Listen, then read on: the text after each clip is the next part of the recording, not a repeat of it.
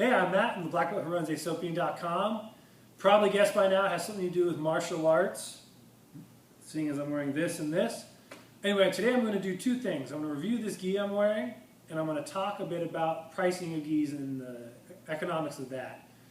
So the gi I'm wearing, let's go with that, is an Inverted Gear A2 Slim. So Inverted Gear is a company run by Nelson Puentes up in New Jersey. He's a brown belt from Alliance. And so I'm going to start off the whole review by saying he's a really nice guy. I was at a Valerie Worthington seminar recently. She was wearing an Inverted Gear gi also. And we both just got to talking about how nice he is. So that's a big plus right there. If I just like the owner of the company just because they seem like a cool person. Doesn't really have anything to do with the value of the purchase, but let's go with that. The gi itself is obviously a blue gi. A2 Slim. So that's one of my favorite things companies are doing right now. So the last review I did was a Fashida A2X, which is their slim version. This is the Inverted Gear Slim. What that means to me is that when I stand up, I'm sorry you can't see me stand up because my cameraman is a chair and he's not very responsive. They don't like high water on me, and then when I stick my arms out, it actually goes to my wrist.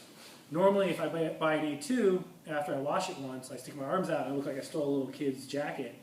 It's like, you know those old photos of the Gracies back in like 1914 and they have these short sleeve gis and like shorts on? I feel like that if I wear most A2s.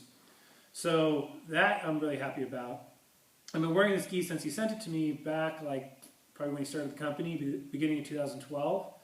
And so nothing's really gone wrong with it. It's a little faded in the knees and the sleeves. What are you gonna do? That's what happens when you wear a gi. But otherwise, no tears, no real problems. It's just really nice. The other bonus, and this is the thing that most people comment on, is how cute the logo is. The little panda bear doing like a backwards somersault, doing some inverted guard. And so if you read the website for Inverted Gear, they talk about how they, I mean, it's kind of cliche at this point, there's so many companies that do this, they don't want to be the tap-out affliction brands, and they just want to be for people who want to train and don't care about image and like little cute pandas. So you can get one of their gis, you can go get some of the Pony Club grappling gear, so you get your unicorn rash guards and spats, your upside down panda gis, you can train with all your bronies, clop it up. The gi runs for about 140 bucks. Last time I looked on the website.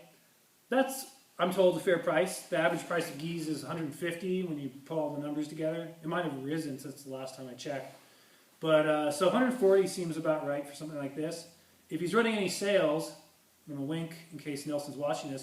If he runs any sales during December for Christmas, or if I just missed any for Black Friday, I think if the price was pushed towards like 130, that would be a really good deal.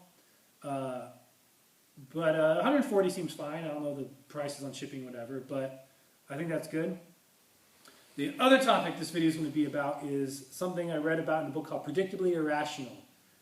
It's a book where an economist looks at examples of where are there places that people don't behave in rational ways, but we can predict how they do it. Because there's sometimes the idea in economics that there's a rational system to it, that when demand and supply change and the numbers of the prices and blah, blah, blah, those things don't always actually make sense. And one of the examples of that was price anchoring. So the idea is that when somebody first considers the price of an item, or the first of a type, that anchors a price in their mind. So in the future, when they're considering more of those or different prices, they have lower and higher than there, and that's how they judge. That makes sense. But what's interesting is that number doesn't have to make sense. Like that number can be basically random, and then going forward, people will use it as their basis. So the example in the book was, he has people take the last two digits of their social security number, which is random, and then they are given a list of items that are going to be auctioned off later that day that they're going to take part in. I think it was like a fake auction. But what they do is they say, okay, I'm going to buy a bottle of wine, and they take the last two digits of 72, whatever your number is, $72. I'm going to buy a mouse for a computer, $72. And they go down like that. What they find is people who have lower numbers that they assign aren't willing to bid as high than the people who had higher numbers. They're willing to bid more. Which makes no sense. There's no difference in value for the items. All that happened was the person assigned a random number and then had to then judge the item based on that random number. And somehow, if you have a higher random number, you're willing to pay more than if you have a lower number. So what this means for the gi industry, I feel like, is someone was able to get in there and say, this is the price of a gi, and then everyone from there goes, oh, this is $150, it's a steal. $170, that's too much. But then there's people who come in and the first gi they buy is $170. So then, you know, $150 is a steal. And so it goes up and down from there.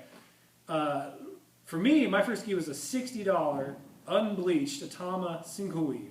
I don't think they even make those anymore. I'd be surprised if you can find an Atama for less than $100. That just happened to be what my instructor had at the gym. I got the unbleached one because my sister bought the bleached one. It was $75, and that's all I had.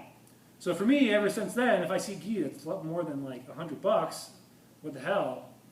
Like, come on, it's just a bunch of cotton and stitching.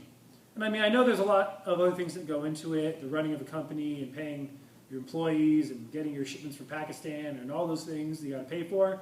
So you got to have some profit margin in there. But when you look at prices, you can find gis that are $90, $100 if you're lucky, and somehow those companies stay in business. So I think people have now these price anchored in their mind where they go, $180 for a gi, what a steal, it's on sale for $70, $170. I saw a funny little cartoon the other day where there's a picture of shoes with a little price tag that said $100 and there's no one there. And then somebody adds 200 and X's it out, and then everyone's running up to buy it. So just the idea that the values of things can really be fluctuated by the marketing and all the other things that go into the perception of value versus the actual flat numbers of supply and demand and profit margins. So there's your little educational tidbit of the day. Recommend checking out the book. It's called Predictably Irrational. I'll have a link to it in the comments. All right, there you go. Boop, boop, boop.